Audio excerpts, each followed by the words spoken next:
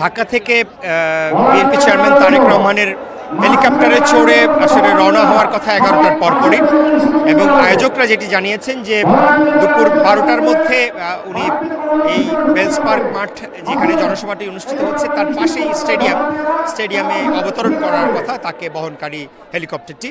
সেখান থেকে এই সমাবেশে আসতে হয়তো মিনিট 5 বা 10 সময়ের প্রয়োজন হবে। তো ধারণা করছি 12টার মধ্যেই বিএনপি চেয়ারম্যান তারেক রহমান এই বেলস পার্ক মাঠের এই সমাবেশ মঞ্চে চলে আসবেন। আয়োজকরা তেমনটাই আশা করছেন।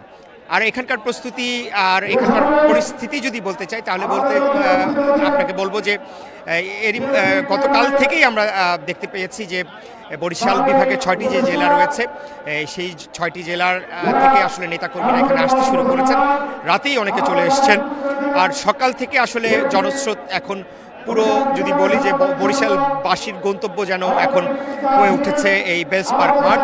পাশাপাশি অন্যান্য জেলা থেকে যে নেতাকর্মীরা তারা অনেকে বাসে করে, অনেকে নদী পথে এই বরিশালে এসে তারা ইতিমধ্যেই জড়ো হয়েছেন। এবং মাঠটি এটি বরিশালের অত্যন্ত ঐতিহ্যবাহী মাঠ এবং অনেক আয়তনের দিক থেকে অনেক বড় এই মাঠটি ইতিমধ্যেই ভরে উঠতে শুরু করেছে নেতাকর্মীদের। যদিও তারেক রহমানের যেটি বলছিলাম যে 12টার সময় তার এখানে মঞ্চে আসার কথা, সেই কারণে নেতাকর্মীরা এখন আসলে এখানে তীব্র রোদ গরম রয়েছে, এই কারণে আশেপাশের সড়কগুলোতেও নেতাকর্মীরা আসলে এখন অবস্থান করছেন। মাঠে অসংখ্য নেতাকর্মী অবস্থান করছেন। অনেককে আমরা দেখেছি যে রং বেরঙের ব্যানার ফেস্টুন হাতে করে তারা এখানে এসছেন। অনেকের হাতে দেখছি বিএনপি নির্বাচনী প্রতীক ধানের শীষ দেখতে পাচ্ছি। একটি উৎসব আমেজ তাদের মধ্যে। বিশেষ করে বিএনপি চেয়ারম্যান তারেক রহমান, আপনি নিশ্চয়ই জানেন যে 17 বছর তিনি আসলে নির্বাসিত জীবন কাটাতে হয়েছে তাকে।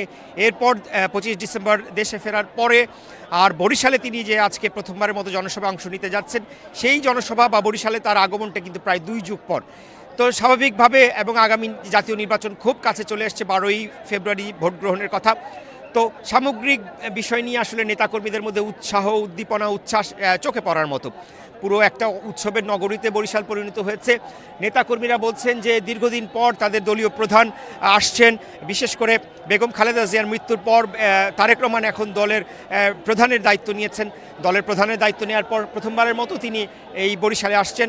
তো স্বাভাবিকভাবে সামগ্রিকভাবে আজকে এই জনসভায় বিএনপি চেয়ারম্যান তারেক রহমান আসলে কি বার্তা দেন এটি শোনার জন্য তারা আগ্রহ নিয়ে অপেক্ষা করছেন। তারা প্রত্যাশা করছেন যে ধানের শীষের যে একটি জোয়ার তাদের দৃষ্টিতে, তাদের ভাষায় যে সমগ্র বরিশাল অঞ্চলে যে ধানের শীষের একটি জোয়ার সৃষ্টি হয়েছে, তারেক রহমানের এই আগমন সেই জোয়ারকে আরও ত্বরান্বিত করবে, আরও বেগবান করবে। এবং 12ই ফেব্রুয়ারি ভোটে তার একটি প্রতিফলন তারা আশা করছেন। এবং বরিশাল অঞ্চলের যে 6টি বিভাগে 21টি যে সংসদীয় আসন রয়েছে, সেই সংসদীয় আসনগুলোতে তার ধানের শীষ বিপুল বিজয় অর্জন করবে এমনটাই প্রত্যাশা করছেন তারা।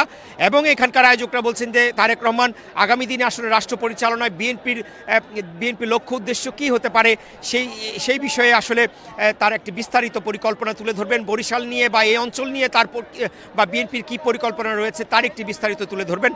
এই সমাবেশ শেষে কিন্তু তারেক রহমান ফরিদপুর রাজেন্দ্র কলেজ মাঠে আরেকটি জনসভায় বক্তব্য দেবেন। এর মধ্য দিয়ে ধারণা করছি যে দক্ষিণ পশ্চিমাঞ্চলে তার যে নির্বাচনী সফর সেটির আজকে সমাপ্ত হবে বলে আমরা ধারণা করছি।